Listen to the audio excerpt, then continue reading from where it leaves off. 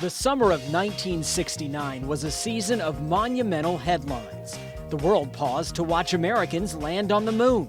Woodstock electrified a generation and changed the course of rock and roll history. But in Central Virginia, no event had a greater impact than Hurricane Camille. Camille overshadowed a lot of the other things that were going on in the country for this community. In the span of just a few hours, more than 27 inches of rain overwhelmed parts of our region, causing widespread floods and mudslides. Like an ocean wave, it just rolled in. Entire families were swept away and dozens were killed.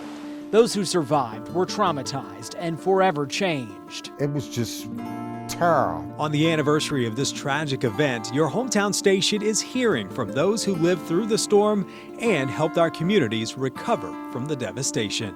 Join us as we're remembering Camille, 50 years after the flood. Hello, I'm Tim Saunders. And I'm Brent Watts. This marker along Route 29 next to the Rockfish River in Nelson County commemorates Hurricane Camille. It stands in a spot that would have been impassable 50 years ago this week. The major highway connecting Lynchburg and Charlottesville was buried under mud and debris. One of many locations impacted by a storm meteorologists say is unparalleled in modern Virginia history. 1969 was a rainy year in Central Virginia. Frequent storms soaked the area for months, but nothing could prepare residents for the deluge that would come on August 19th and 20th. In the overnight hours, while many were sleeping, the tropical system known as Camille barreled across the Blue Ridge Mountains. Camille was a Category 5 hurricane when it made landfall in Mississippi, causing millions of dollars worth of damage and claiming lives long before it reached the Old Dominion. Because the storm was expected to break up over land, few in Virginia were prepared for the floods to come. 23 people died in Rockbridge County, where floods overwhelmed Buena Vista, Glasgow, and Goshen. No community was hit harder than Nelson County, where an estimated 27 inches of rain fell in less than 8 hours. When the water receded, 125 people were dead. 33 were never found. 8 could not be identified. Some of the worst flooding and mudslides occurred in a village known as Massey's Mill. Roughly 40 homes would have been in the community back in 1969. Many of those homes washed away during Camille. This one is still standing, but the family who lived there in 1969 was not as fortunate. The Tye River usually flows at a peaceful trickle through Massey's Mill. We used to hang out here all the time. Warren Rain says the Tye brought he and his brother Carl a great amount of joy. As children, they loved swimming and fishing in the river. Their home place sat just above the water's peaceful banks. It was such a good part of our life, but we never realized that it could be that dangerous. Their view of the Tye changed forever in 1969. Carl kept a diary that year. March the 31st, 1969, Warren and I went fishing this afternoon at the river, and he caught a brook trout. It was a time of innocence, evidenced by this photograph of the Rains having a picnic. Carl is sitting on the table in the top left. Warren is on the far right. That outing at Humpback Rocks along the Blue Ridge Parkway happened August 10th, 1969. It was the last time the Rains would ever be together as a family. Went from a childhood to adulthood, pretty much so, in one night. That night was August 20th. A phone call woke them up around 2 a.m. In our mother and father's bedroom, he had a phone by his bed, and we were all upstairs, the family. We get up and run to the bedroom. Who's calling at 2 o'clock in the morning? It was a neighbor calling to warn them that their small community was filling up with water. Heavy rain had been falling for hours, and the Tye River was out of its banks. We could look out the window, and we could see people were leaving Massey's Mill, and we could actually see that the water maybe around our home was maybe, 6 to 8 inches deep. They decided to leave, piling into their 68 Ford Ranch station wagon similar to this one. We'd backed out of the driveway and just passed the house when the motor flooded out. By that time, Route 56, which ran in front of their house, was under about a foot of water.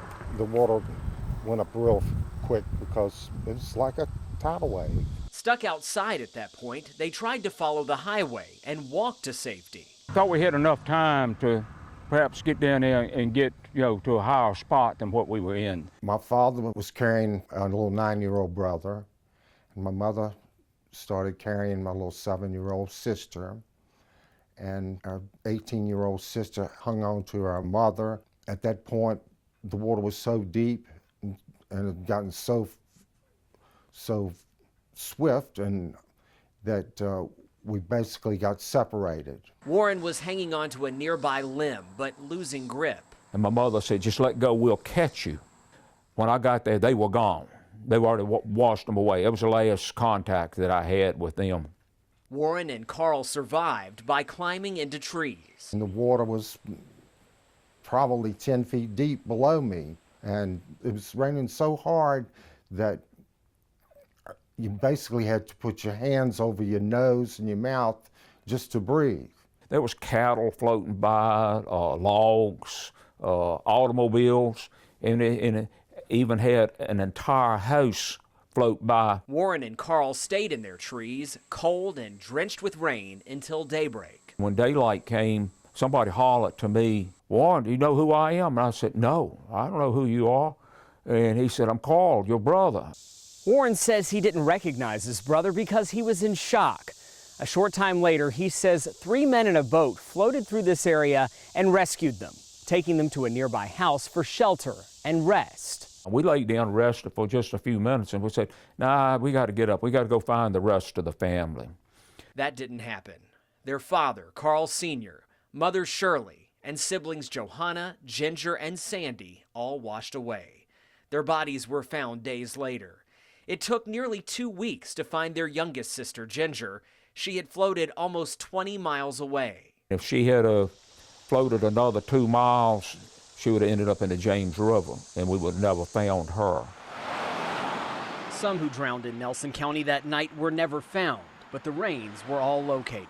Carl and Warren, just 14 and 16 at the time, buried their parents, brother, and sisters in the cemetery of their family church. We had become orphans just overnight.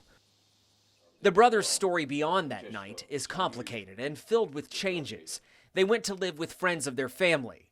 Warren even spent time at a military school. Throughout it all, they had each other, bonded by their memory of a horrific night. You think about it, but you keep going. While Carl has moved to Lynchburg, Warren has stayed near the Ty nearly his whole life. A river that runs shallow in Massey's Mill, but carries deep memories for everyone who lived through Camille's wrath. Today, a small memorial to Hurricane Camille stands along Route 56 near the spot where the Rains family was washed away. The memorial features a plaque with a depiction of 2 adults and 3 children standing beneath the roar of rushing water.